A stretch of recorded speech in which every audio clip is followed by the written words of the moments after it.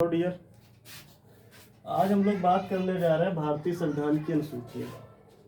मूल संविधान में कितनी अनुसूचियां थी, वर्तमान में कितनी अनुसूचियां हैं, किस अनुसूची में क्या लिखा हुआ है, कौन सी अनुसूची, जो चार अनुसूचियां जो यहाँ पे बढ़ी हुई हैं ये कब बढ़ी हैं, कौन से संविधान संशोधन के तहत ये जोड़ी गई हैं और ये क्यों जोड़ी गई हैं और इनमें क्या लिखा गया है, इन सब पर आज हम लोग चर्चा करेंगे। मूल संविधान में अनुसूचियां जो थी 8 थी और वर्तमान में जो अनुसूचियों की संख्या है वो 12 है। ठीक है, हम लोग बात करने जा रहे हैं अनुसूची नंबर 1 पे। हम लोग जो बात करने जा रहे हैं वो बात करेंगे अनुसूची नंबर 1 पे। अनुसूची नंबर 1 में क्या लिखा गया है? ठीक है, अनुसूची नंबर 1 में क्या लिखा गया है इस पे हम लोग चर्चा करेंगे। ठीक है,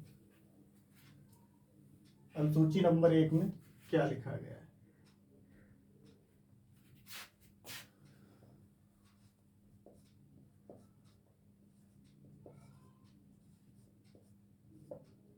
अनुसूची 1, अनुसूची 1 में यह कहा गया है कि इसके अंतर्गत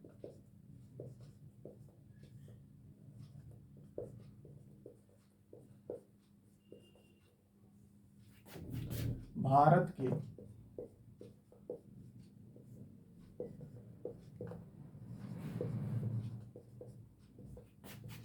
राज्य क्षेत्रों को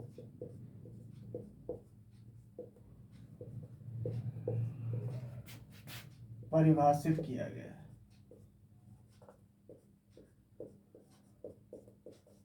इसके अंतर्गत भारत के राज्य क्षेत्रों को परिभाषित किया गया है।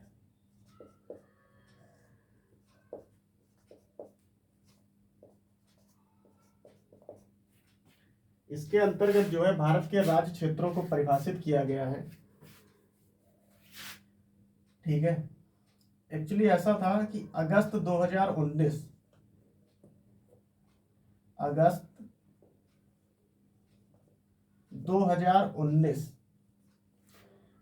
2019 से पहले जो राज्य थे 29 राज्य थे और 7 जो थे ये केंद्र शासित प्रदेश थे। केंद्र शासित प्रदेश थे। अगस्त 2019 से पहले 29 राज्य थे और 7 केंद्र शासित प्रदेश थे। उसके बाद हुआ क्या कि अगस्त 2019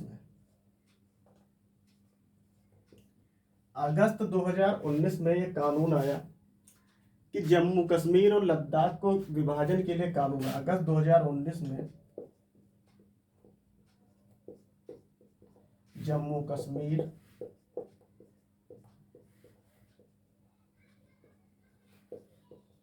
और लद्दाख के विभाजन के लिए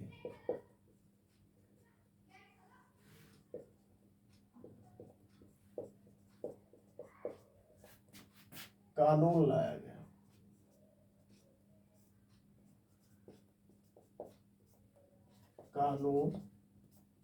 गया।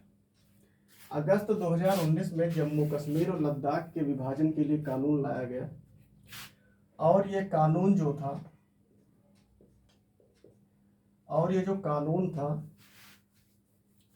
ये 31 अक्टूबर 2019 को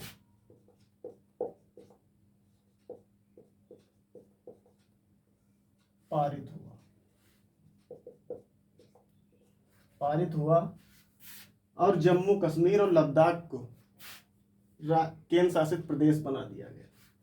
अब हमारे 29 राज्य थे, 7 केंद्र शासित प्रदेश थे अगस्त 2019 से पहले। अब यहां से एक राज्य कम हो गया तो हमारे राज्य जो बचे वो 28 राज्य बचे। 28 राज्य और 7 यूटी थे। एक राज्य टूटा, 2 यूटी में बट गया तो 9 यूटी हो गए। 9 केंद्र शासित प्रदेश बन गए। ठीक है, 28 राज्य हो गए। 31 अक्टूबर 2019 को जब ये लद्दाख और जम्मू कश्मीर के विभाजन का जब कानून लाया गया और ये 31 अक्टूबर 2019 को पारित हुआ। अब 29 राज्य थे जिसमें एक जम्मू कश्मीर और लद्दाख था। जम्मू कश्मीर और लद्दाख को राज्य से हटा करके केंद्र शासित प्रदेश बना दिया गया। भारतीय संविधान में ये पहली बार हुआ है जब किसी राज्य को यूटी का दर्जा दिया गया है। तब एक राज्य कम हो गया, 28 राज्य हो गए, और जम्मू कश्मीर और लद्दाख 2 यूटी हो गए, तो 7 और 2 9 केंद्र शासित प्रदेश हो गए। ठीक है, ये 31 अक्टूबर 2019 को हुआ। उसके बाद क्या होता है, ऐसा हुआ 31 अक्टूबर 2019 को। ठीक है,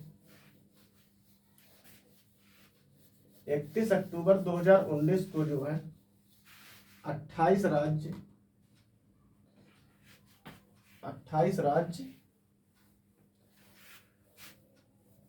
और 9 यूटी हो गए। 31 अक्टूबर 2019 को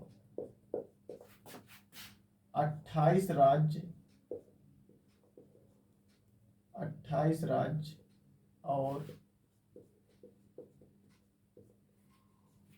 9 यूटी हो गए। ठीक है, 31 अक्टूबर 2019 को ऐसा हुआ। इसके बाद क्या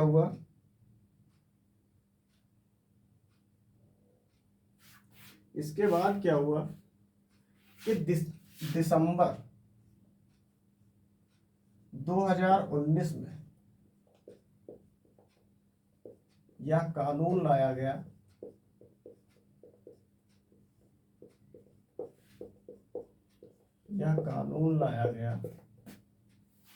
दिसंबर 2019 में यह कानून लाया गया कि दादरा नागर हवेली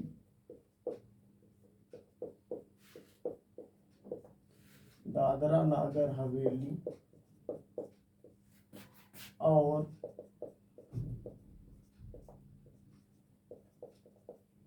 दमन और दीव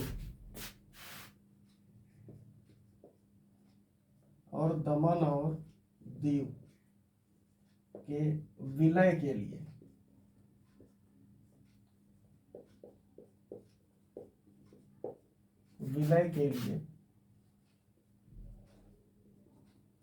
कानून लाया गया। दिसंबर 2019 में यह कानून लाया गया, और ये कानून जो था,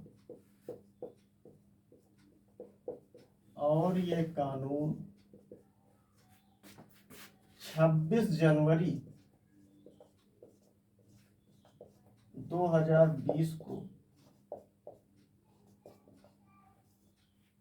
पारित हुआ। 26 जनवरी 2020 को यह कानून पारित हुआ। ठीक है, अब 31 अक्टूबर 2019 को हमारे पास 28 राज्य थे और 9 यूटी थे। इसमें अब 9 यूटी जो थे, ये दादरा नागर हवेली और दमन और दीव, ये दोनों यूटी थे। अब ये दोनों यूटी जब एक हो गए तो 26 जनवरी 2020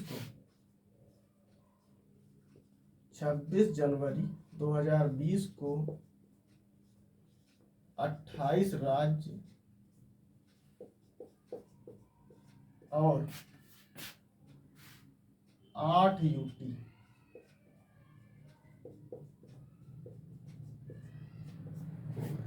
ठीक है, तो वर्तमान समय में, प्रेजेंट टाइम में 28 राज्य और 8 यूटी।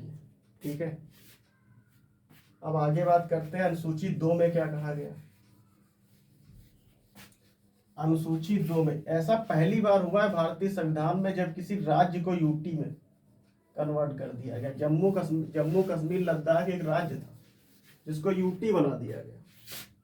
तो ऐसा भारतीय संविधान में पहली बार हुआ है जब किसी राज्य को यूटी बनाया गया। अब हम लोग बात करते हैं अनुसूची नंबर 2 की। ठीक है, अनुसूची नंबर 2 में क्या कहा गया। ठीक है, अनुसूची नंबर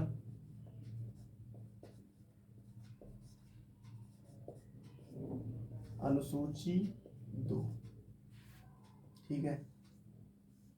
अनुसूची 1 में हम लोगों ने बात कर ली, इसके अंतर्गत राज्य क्षेत्रों को परिभाषित किया गया। ठीक है। अनुसूची 2 में क्या है, इसके अंतर्गत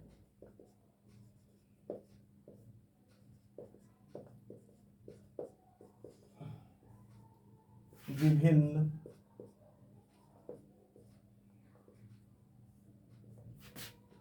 संवैधानिक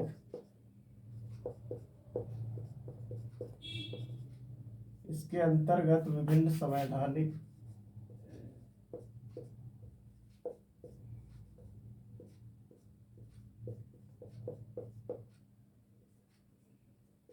पदाधिकारियों के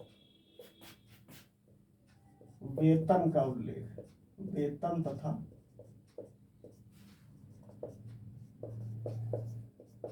भत्तों, वेतन तथा भत्तों का इस उल्लेख है। अनुसूची 2 में क्या है कि इसके अंतर्गत विभिन्न संवैधानिक पदाधिकारियों के वेतन और भत्तों का उल्लेख है। लेकिन नोट पॉइंट यहाँ पे इंपॉर्टेंट नोट पॉइंट है, क्वेश्चन यही पूछा जाता है। नोट में ये लिख दीजिए कि इसमें उपराष्ट्रपति के, इसमें उपराष्ट्रपति के वेतन का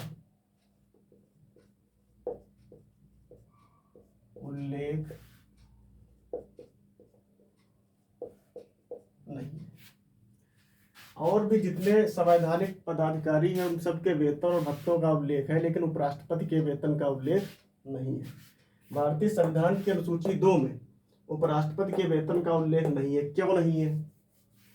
क्योंकि जो उपराष्ट्रपति को वेतन मिलता है, क्योंकि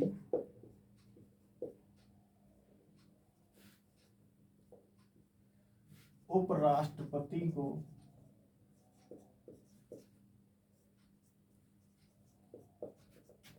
वेतन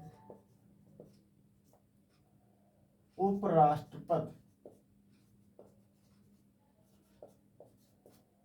क्योंकि जो उपराष्ट्रपति को जो वेतन मिलता है, क्योंकि उपराष्ट्रपति को वेतन उपराष्ट्रपति पद के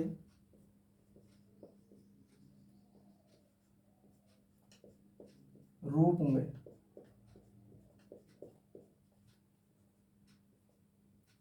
न मिलकर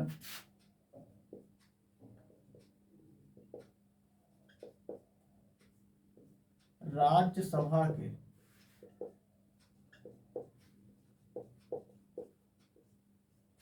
सभापति के रूप में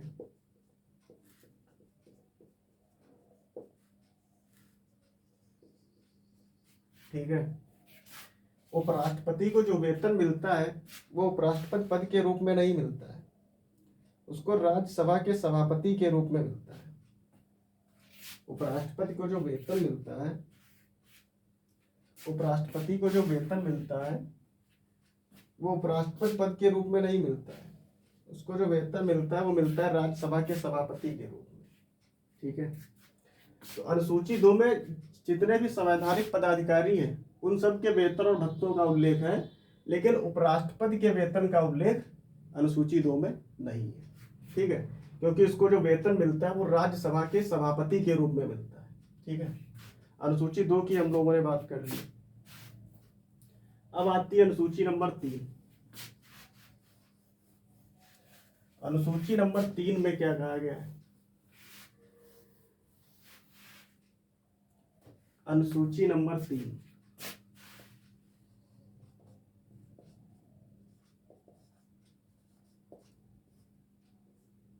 अनुसूची 3, अनुसूची 3 में क्या कहा गया? इसके अंतर्गत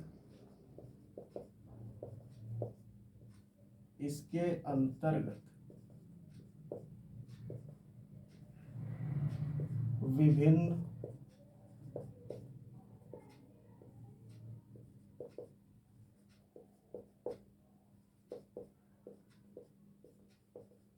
इसके अंतर्गत विभिन्न संवैधानिक पदाधिकारियों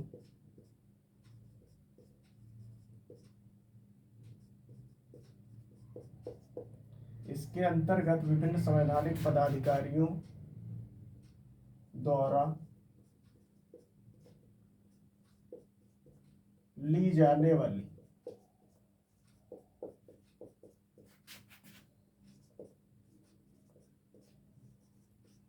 शपथ का उल्लेख, शपथ का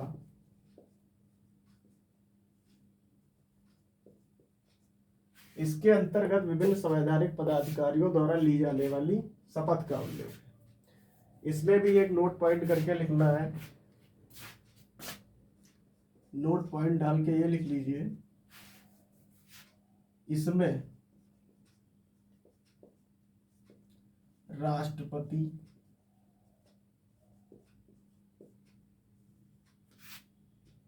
उपराष्ट्रपति,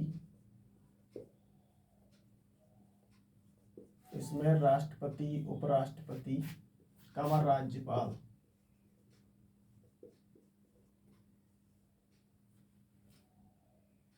की शपथ का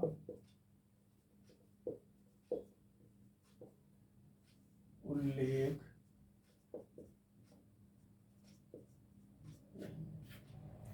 क्वेश्चन यही पूछा जाता है कि अनुसूची 3 में किसकी शपथ का उल्लेख नहीं है? राष्ट्रपति की शपथ का उल्लेख नहीं है, उपराष्ट्रपति की शपथ का उल्लेख नहीं है, राज्यपाल की शपथ का उल्लेख नहीं है।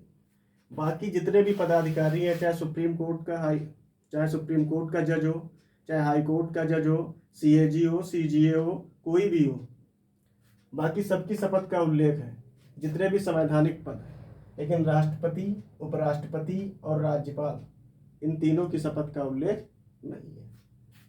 अनुसूची नंबर 4 की बात करते हैं हम लोग, बात करते हैं अनुसूची नंबर 4 की।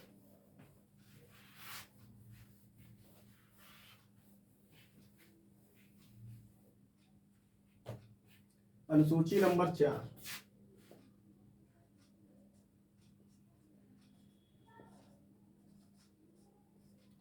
अनुसूची नंबर 4, इसमें किसका उल्लेख है? इसके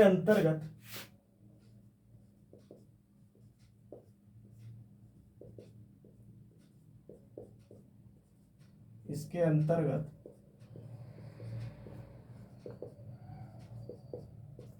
राज्यसभा में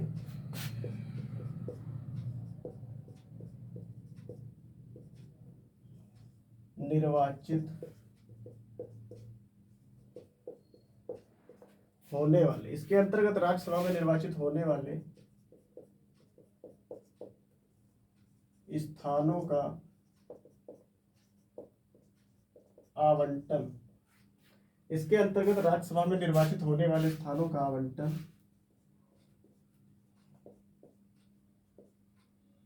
विभिन्न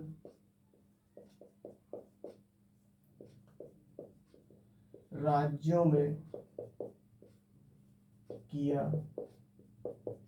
जाएगा। इसका क्या मतलब हुआ? देखो, एक्चुअली ये है हमारी संसद, ये हमारी संसद है, ठीक है, संसद है, और ये हमारा, ये है लोकसभा और ये है राज्यसभा, ठीक है। ये संसद है, लोकसभा है, राज्यसभा है, ठीक है। लोकसभा में जो सीट की संख्या है वो 543 है, राज्यसभा में 245 है, ठीक है। राज्यसभा में ये जो 245 है सदस्य, इसमें से 233 सदस्य और 12 सदस्य, जो ये 233 हैं, ये सदस्य राज्यों से चुनकर आते हैं। उन्हीं के बारे में लिखा गया है कि इसके अंतर्गत राज्यसभा में निर्वाचित होने वाले स्थानों का आवंटन विभिन्न राज्यों में किया जाएगा। ये जो 233 सदस्य हैं, ये राज्यों से चुनकर आते हैं, और ये जो 12 सदस्य हैं, ये राष्ट्रपति द्वारा मनोनीत किए जाते हैं। 12 सदस्य जो हैं, ये 12 सदस्य राष्ट्रपति मनोनीत करता है। राष्ट्रपति मनोनीत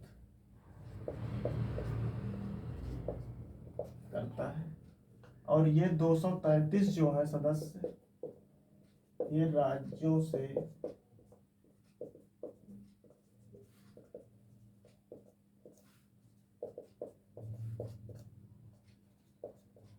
चुनकर आते हैं। ठीक है, ये जो 233 सदस्य हैं इनकी ये अनुसूची 4 इन सदस्यों की बात करती है।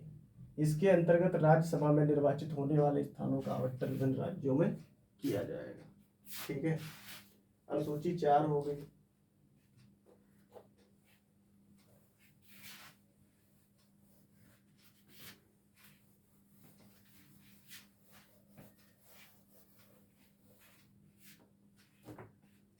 अनुसूची 5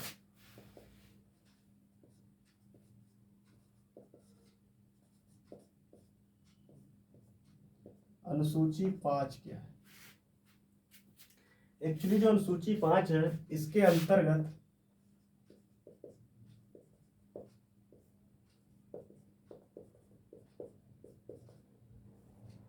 अनुसूचित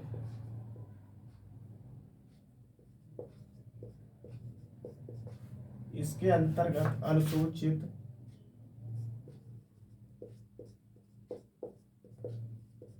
क्षेत्रों के इसके अंतर्गत अनुसूचित क्षेत्रों के प्रशासन का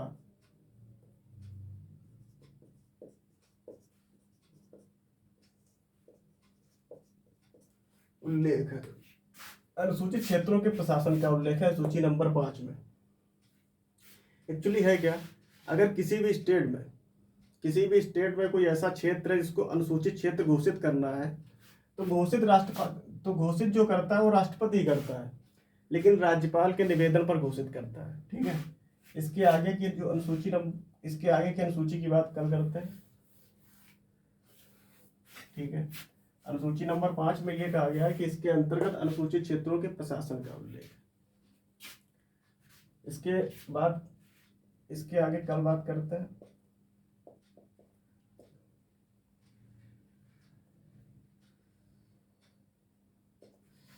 वीडियो अगर अच्छा लगे तो प्लीज लाइक कीजिए, शेयर कीजिए और चैनल को सब्सक्राइब कीजिए। Thanks for watching this video.